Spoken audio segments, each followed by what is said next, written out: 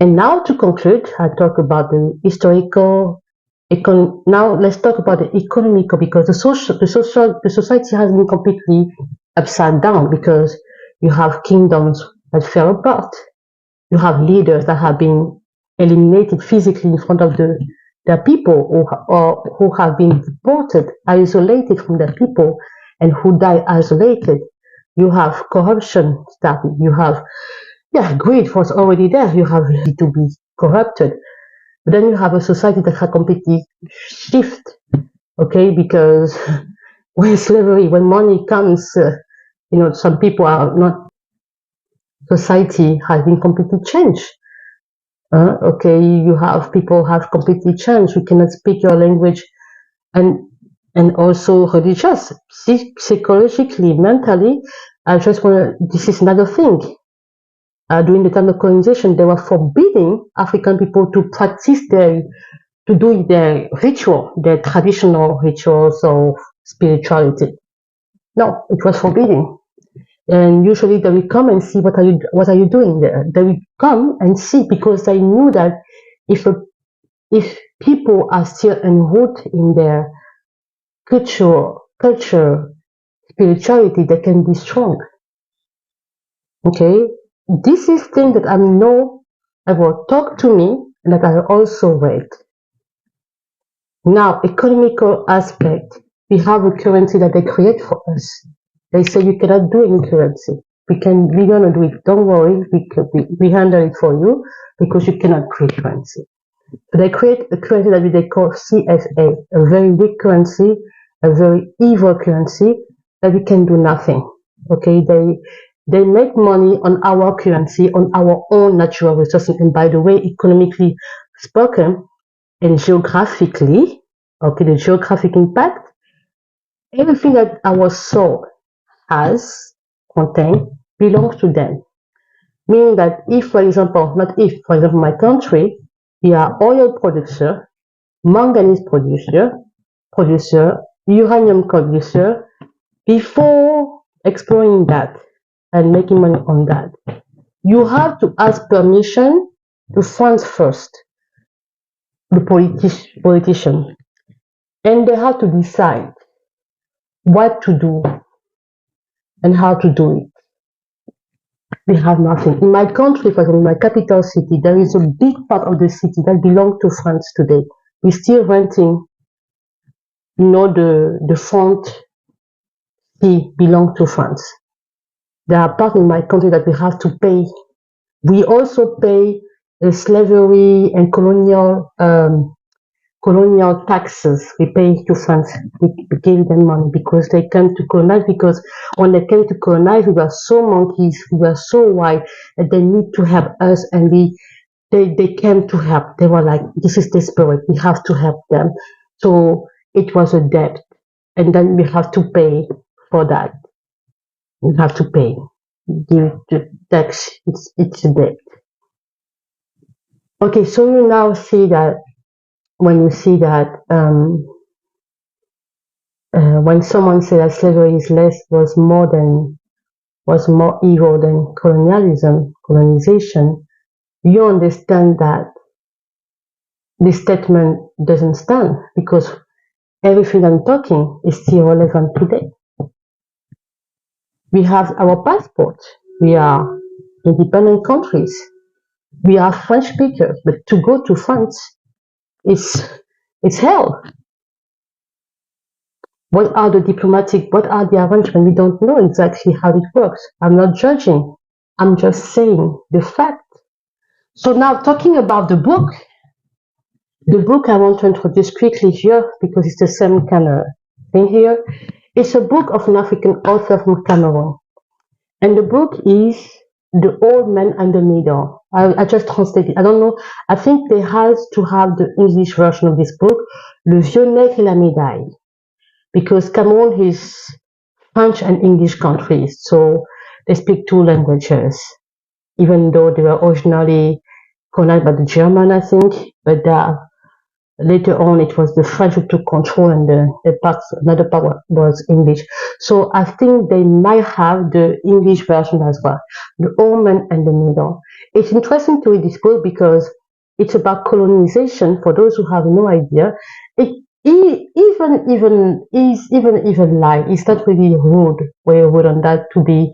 It didn't go hard on that, but it's interesting to see the hypocrisy of the French colonialism. The name of the author is Ferdinand Yono. I talked to him about him once in my other video. I talked about Houseboy, a book that he wrote also, and I like the author a lot. He's from Cameroon.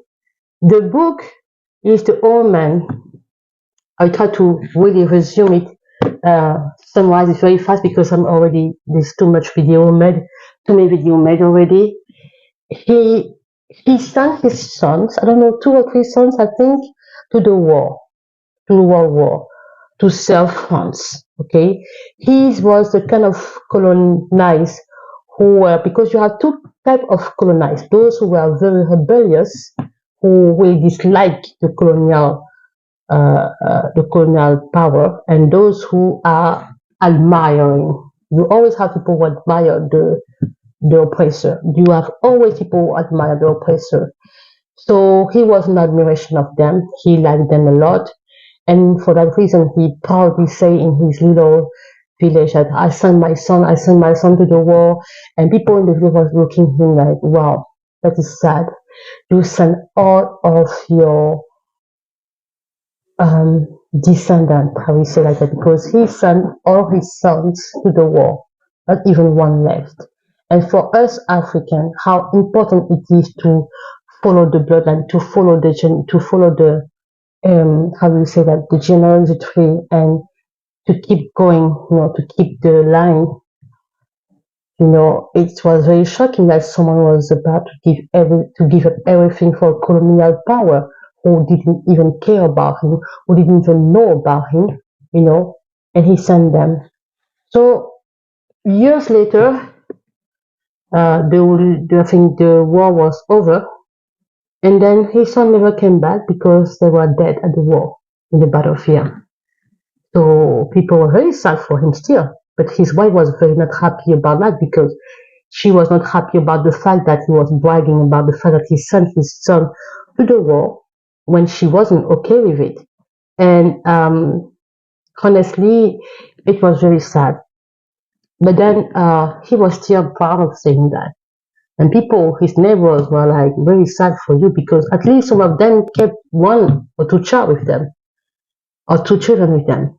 But he sent everything because he said, France is everything, France, France, France. So they had a ceremony to give the medal to parents who have lost their children and to veterans, I will say like that. So the white colonial administrator was there. He was saying, okay, just make a kind of ceremony quickly and fight for these people, because we have better things to do. So they organize it the way they organize it, and then came a very heavy rain. We talk about Cameroon, which is a country next to mine. So the weather is what? Humid, tropical, heavy rains. The rain fell. What happened? The old man was old. It's why everybody was gone in every sense. People were rushing, and the colonial administrator, the white people, they left. They were gone. And then what happened to him? He slid in the mud.